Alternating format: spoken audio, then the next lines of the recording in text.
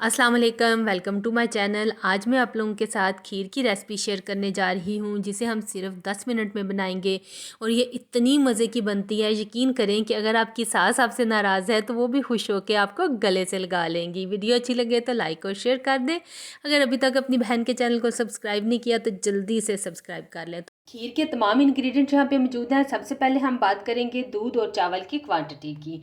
मैं 2 लीटर दूध से बना रही हूँ और इसी तरह से मैंने यहाँ पे 1 प्याली चावल ली है। इसे मैंने 1 घंटा पहले भिगो के रख दिया था। अच्छा, अगर आपको ये समझ ना आ रही हो कि प्याली छोटी है या बड़ी है तो इसके लिए मैं आपको आसान हल बताऊंगी। मैंने इस वाली चम्मच से, जिससे हम खाना खाते हैं, 9 टेबल स्पून भर के चावल लिए थे। तो बाकी जो डिटेल है वो मैं आपको वीडियो के दौरान बताऊँगी। तो आइए इसको बनाना शुरू करते हैं। तो मैंने यहाँ पे प्रेशर कुकर लिया है। इसमें हम डालेंगे 2 लीटर मिल्क।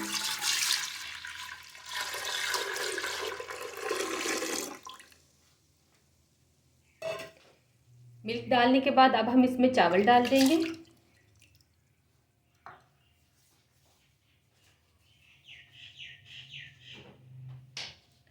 चावल डालने के बाद अब हम इसकी लिड लगाएंगे और विसल बजने के बाद 5 से 6 मिनट के लिए हम इसे कुक कर लेंगे।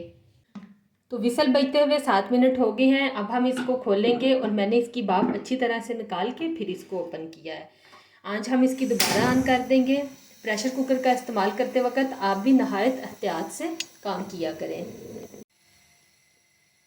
अब हम खीर में ऐड कर देंगे आधी प्याली चीनी। इसमें से थोड़ी सी मैं बचा लूँगी। ये देखें, इतनी सी 2 से 3 टेबल स्पून। ये किस लिए मैंने बचाई है अभी मैं आपको आगे बताती हूँ। तो इसे अच्छी तरह से मिक्स करेंगे और 3 से 4 मिनट के लिए कुक कर लेंगे। तो चीनी डाल के अब मैं इसमें 2 सब्ज़ इलायचियाँ डालूंगी। इस तरह से खोल के आप चाहें तो इलायची का पाउडर भी डाल सकते हैं। अगर आप इस मेथड से खीर बनाएंगे तो कोई भी गैस नहीं कर पाएगा कि इसे आपने प्रेशर कुकर में बनाया है। इसका टेस्ट बिल्कुल वैसा ही बनेगा जैसे हमने इसे 5 से 6 घंटे लगा के पकाया हो। बहुत मज़े की ये खीर बनती है। आप लोगों ने इस तरह से ज़रूर ट्राई करना है। इससे वक्त की बहुत ज़्यादा बचत हो जाती है। जैसे कि आजकल लाइफ इतनी बिजी है, बिल्कुल भी टाइम नहीं होता हमारे पास कि हम इतना ज़्यादा टाइम लगाएं कुछ बनाने के लिए। तो झटपट से आप इस खीर को बनाएं और बहुत ही मज़े से इसको एंजॉय करें। अब बारी है बची हुई चीनी को कैरामलाइज करने की। फ्राई पैन में डालेंगे और इसको हम अच्छा सा कैरामलाइज कर लेंगे। चीनी हमारी यहाँ पे कैरामलाइज हो गई है।